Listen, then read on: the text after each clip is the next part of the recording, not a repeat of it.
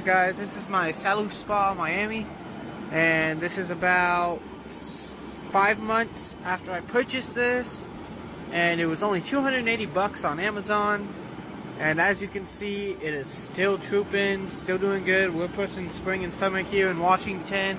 I had this thing cranking 104 degrees all winter long. This thing is worth the buck, even though it'll probably only last another 6 months, maybe if we get lucky another winter.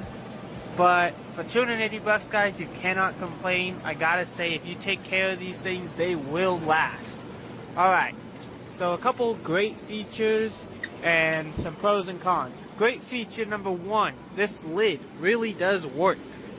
This thing actually keeps water out. Additionally, I made this, we have this under our deck, so I put plastic roofing up to prevent water from getting down on us while we're in the hot tub while it's raining, because if you don't know, Washington, that's winter here. It rains and rains and rains. Now, the lid, great. Con, it goes flat all the damn time. Not a big deal. All of these straps are really tight whenever you put them on there, and it doesn't really bow in the middle or any of that stuff. If any water does get on it, it rolls right off. No big deal. I gotta talk about this right here. Very simple layout, kind of a nice touch screen, but I've seen, you know, I got some hatred towards this thing right here.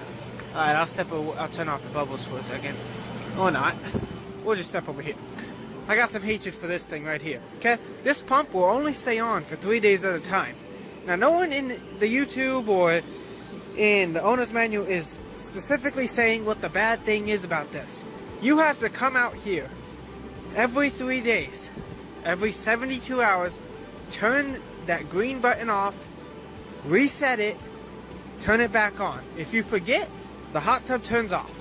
And if you live here, I'm sure this will be a problem anywhere, honestly. I don't care where you live, this would probably be your problem. It turns off. Everything turns off. The bubbles, the heater, the filter, everything. So meaning, if you forget and you come back the next weekend, so say you get in it on a Saturday, well, Monday it's going to turn off. Say you want to get back in it on Wednesday, you're going to come out here, you're going to open that lid to a green surprise. This water is going to be green, no matter what chlorine you use or any of that stuff, because it's not moving. It's just stagnant water. Stagnant, sealed, there's nothing happening to it. Go look at a pond in a swamp. In the middle of a swamp, that's exactly what it'll do. Gross, it would be disgusting. Your only real option there is dump it with chlorine like I've been doing, or empty it. That's your options. But if you can deal with it, whatever. I deal with it. I'm a kid. I'm only fucking 21, so almost 22. So no big deal. We just turn it off, turn it back on, no big deal. Whenever we get in it, we turn it off and turn it back on. Now we're good for the rest of the night and for the next 3 days. Big whoop. But I gotta say, I hate it. We've tried, you know, it's a safety feature built into this thing. The way they describe it in the owner's manual is saying they basically want you to plan your spa day. You're here Wednesday night after a hard day's work. You want to get in it. You don't want to say, I'm going to get in my hot tub on Friday. That's what they thinking you're going to do with this thing. And it sucks. I hate that.